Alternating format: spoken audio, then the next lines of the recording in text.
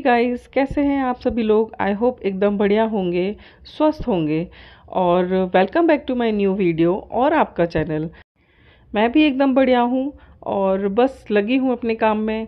एक नई सुबह लेकर आती है एक नया दिन, और एक नया दिन रोज़ नए लेकर आता है नए नए चैलेंजेस। बस उसी को निभाते निभाते चैलेंजेस को हम अपनी ज़िंदगी की भाग दौड़ में लग जाते हैं। तो बस सुबह हो गई है, सबसे पहला काम होता है क्लीनिंग का। क्लीनिंग भी होती रहेगी, साथ के साथ मशीन भी लगा दी है, तो कपड़े भी जब तक फ्री होंगी तब तक कपड़े भी धुल चुके होंगे। तो ये जो बेडशीट मैं भी आप लोगों को दिखा रही थी, ये एक्चुअली मैंने अभी रिलायंस से लिया है, और ये बहुत ही अच्छा मटेरियल है, इसका कॉटन मटेरियल है। वो जो माइक्रोफाइब्रल मटेरियल आता है ये वो नहीं है। मुझे बहुत अच्छी लगी ये, इसका लेंथ, प्रिंट, क्लॉथिंग मटेरियल सब कुछ बहुत अच्छा है।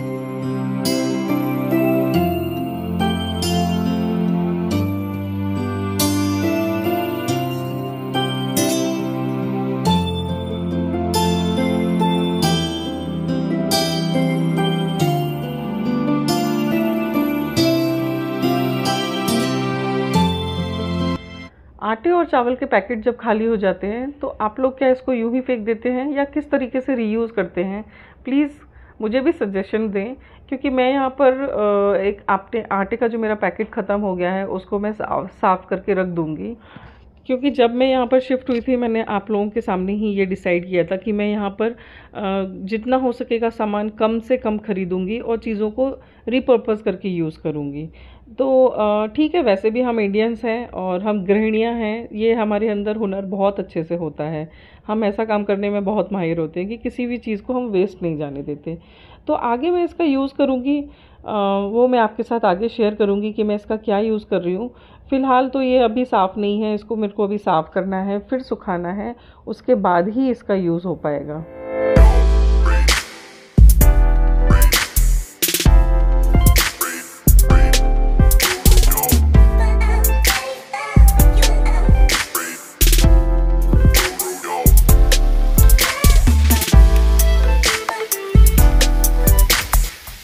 अपने लिए और अपनी फैमिली के लिए कुछ नई आदतों का मैंने यहाँ पर नई आदतें शुरू की हैं, जिसमें इंक्लूडिंग है कि जो भी सब्ज़ी बनेगी वो आयरन की कढ़ाई में बनेगी। तो फ़िलहाल मैं यहाँ पर बना रही हूँ कद्दू की सब्ज़ी। बहुत ही सिंपल तरीके से ये सब्ज़ी बनेगी, कोई इसमें ज़्यादा मीठा या कोई ज़्यादा मसाला नहीं, सिर्फ सिंपली मैंने हल्के जीरे से और प्याज से इसको छौंक दिया है बस, और इसको गलने की देर है। इतना ही, मतलब बेसिक मसाले जो नमक, हरी मिर्च, प्याज हैं उतना ही डलेगा, हल्दी वगैरह। बाकी कोई भी ऐसा नहीं है कि कुछ बहुत मसालेदार सब्ज़ी बननी है। और कुछ लोग मीठा कद्दू पसंद करते हैं, तो ये मीठा नहीं, मैं ऐसे ही सिंपल ही कद्दू बना रही हूँ। और यहाँ पर मेरी मलाई हो गई है इतनी इकट्ठी कि जो जिस बर्तन में मैं मलाई इकट्ठी कर रही थी वो भर चुका है और अब उसमें जगह नहीं है। तो मैं मलाई बनाती हूँ बिल्कुल ही सिंपल तरीके से, जिसमें कोई मिक्सर का यूज़ नहीं करना, गर्म पानी का, ठंडे पानी का, ब्लेंडर का, मतलब किसी भी चीज़ का यूज़ नहीं करना है। तो बहुत ही आसानी से बनाती हूँ कि जिसको करते करते मेरे बाकी के काम भी हो जाते हैं। बस इसको मैं एक कढ़ाई में निकाल लूँगी, और इसको मैंने सुबह ही निकाल दिया था जिससे ये थोड़ा सा ना नॉर्मल टेम्परेचर पे आ जाए और बर्तन छोड़ने में ईजी रहे। इतनी मलाई, ये लगभग 15 से 20 दिन की मलाई होगी, और ये बर्तन भी कोई ज़्यादा बड़ा नहीं है, छोटा ही है, तो वो अच्छे से भर गया है, बहुत अच्छे से भर गया। और बस फ्रीज़ में भी जगह नहीं थी और दूसरा बर्तन भी मैं ख़राब नहीं करना चाहती थी, तो बस इसी स्टेज पर मैंने इसको निकाल लिया। तो बहुत आसान है जिस तरीके से मैं घी बनाती हूँ। अभी मैंने इसको निकाल लिया है और बस अब मैं इसको रख दूँगी गैस के ऊपर। तो बस ये देखिए, एक साइड बन रही है सब्ज़ी, जब तक सब्ज़ी बनती रहेगी और दूसरी साइड ये होगा, घी बनेगा। थोड़ा सा लंबा प्रोसेस है, मतलब आपको कुछ एक्स्ट्रा काम, एफर्ट नहीं लगाने हैं, बस आप इसको गैस पे रख दीजिए और धीमी आंच पर चालू कर दीजिए। अपने आप ही ये सारा काम अपने आप ही होता रहेगा। तो जितनी देर में घी बनेगा, सब्ज़ी तो खैर बनी जाएगी, उतनी देर में मैं बना ले रही हूँ यहाँ पे रायता। तो बस मैंने दही को कुछ एक्स्ट्रा नहीं किया, दही को बस अच्छे से फेंट लिया है, विस्कर से फेंट लिया है। अगर आप चाहें तो मिक्सर का भी यूज़ कर सकते हैं, लेकिन मैं यहाँ पर विस्कर का ही यूज़ कर रही हूँ। और बस अब उसको फेंट कर मैं रख दूँगी उसको एक साइड। अपने स्वाद के अनुसार इसमें थोड़ा सा नमक मिला लीजिए और थोड़ी सी चीनी मिला दीजिए। खट्टा मीठा बहुत ही अच्छा लगता है। और अगर आपके पास बूंदी है तो आप बूंदी मिला दीजिए, और अगर नहीं है तो मैं तो फिर कभी कभी इसमें खीरे डाल देती हूँ, कभी बारीक बारीक प्याज काट के डाल देती हूँ, तो एक तरीके का रायता एक नई वैरायटी के साथ रेडी हो जाता है। तो आज यहाँ पर मेरे पास एक खीरा पड़ा हुआ था, तो बस उसी को मैंने बारीक काट दिया है। कई बार मैं क्या करती हूँ ना कि मिक्सर के साथ ही डाल देती हूँ दही को और खीरे को, तो वो भी हो जाता है। लेकिन ये खीरा थोड़ा सा ज़्यादा पानी वाला दिख रहा था, हो सकता था कि, और बिल्कुल एक ब्लेंड करके चलाता है, मतलब एक बस कर करके चलाना है, ऐसा नहीं कि बहुत देर तक चला दिया, मतलब 1-2 सेकंड बस, इतना ही। तो इतने, लेकिन मैं आज ऐसे बना रही हूँ तो मैं बारीक बारीक काट के डाल रही हूँ। अगर कड़ी पत्ता हो तो फिर मज़ा ही आ जाए, कड़ी पत्ता डालने से उसका स्वाद और अच्छा हो जाता है। और अगर आपके पास धनिया हो तो डेफ़िनेटली डालिएगा। मेरे पास ये दोनों ही चीज़ें नहीं थी, लेकिन मैंने सिर्फ यूँ ही बना दिया। इस समय पे आप बारीक बारीक हरी मिर्च काट कर भी डाल सकते हैं, लेकिन मैं हरी मिर्च नहीं डालूंगी क्योंकि लाडो बहुत स्वाद से खाती है, लेकिन मिर्ची होती है ना तो फिर वो अच्छे से खा नहीं पाती है।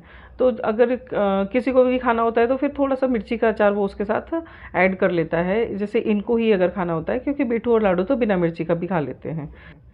बस लगभग रायता बनने की ही स्टेज पर है, तो रायता बन जाएगा, सब्जी बन जाएगी, घी बन रहा है। और अब मैं इस साथ ही करूँगी बहुत सारे जो एक्स्ट्रा काम होते हैं घर के। तो बहुत सारे काम हैं जो पैरेलल करने पड़ते हैं, आप एक ही काम पर पूरे टाइम फोकस नहीं कर सकते। साथ के साथ बहुत सारे काम घर में होते हैं जिनको हम पैरेलली करते हैं, एक साथ 2 काम 3 काम तरीके से।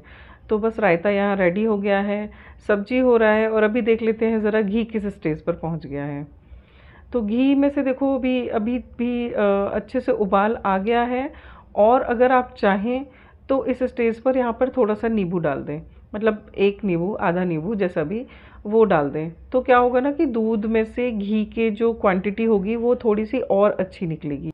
मेरे पास यहाँ पर एक नींबू पड़ा हुआ था पर वो छोटा है, इसलिए मैं इसको पूरा एक डालूंगी, यानी आधे आधे दो। और अगर आपके पास बड़ा सा नींबू हो तो आप आधा ज़रूर इसमें डाल दें और थोड़ी देर इसको चला दें, जिससे इसकी जो कड़लिंग है ना वो और अच्छी हो जाएगी। कुछ लोग पहले से दही डालकर रखते हैं जब मलाई जमाते हैं, लेकिन मैं ऐसा नहीं करती हूँ। मैं इस स्टेज पर इसमें नींबू डाल देती हूँ। इससे क्या होता है, जब हम जो मलाई घर पे जब हम घी बनाते हैं तो घर में जो एक अजीब सी स्मेल फैलती है ना, बस वो स्मेल नहीं आती है इसमें। और जो घी बनता है बहुत ही खुशबूदार घी बनता है।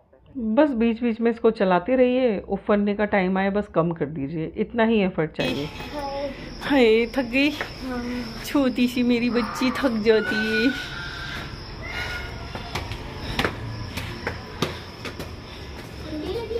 यस,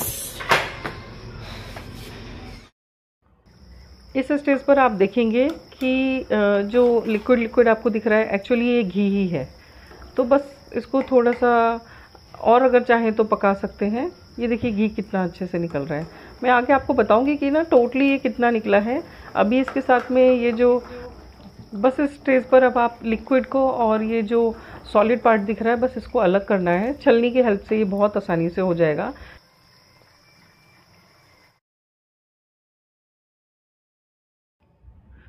अब बहुत ही केयरफुली आप घी का जो भी छानने का काम है, कढ़ाई को छूने का काम है, बहुत ही केयरफुली कीजिए।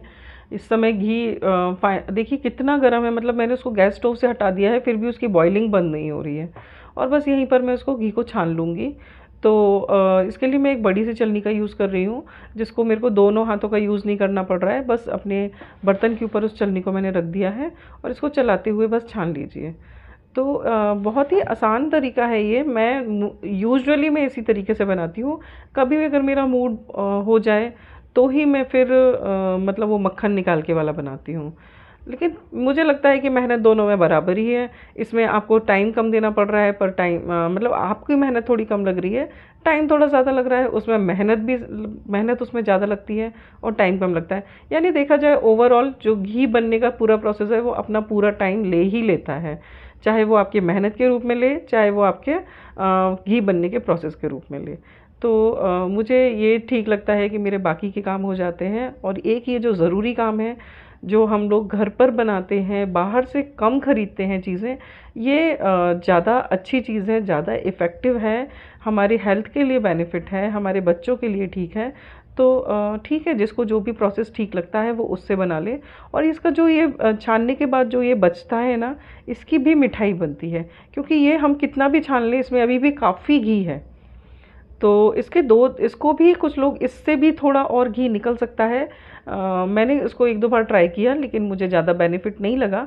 उससे बेनिफिट ये लगा मुझे कि मैं ये जो छानने के बाद जो मटेरियल बचता है उससे मैं मिठाई बना लूँ, और वो भी बहुत स्वाद मिठाई बनती है।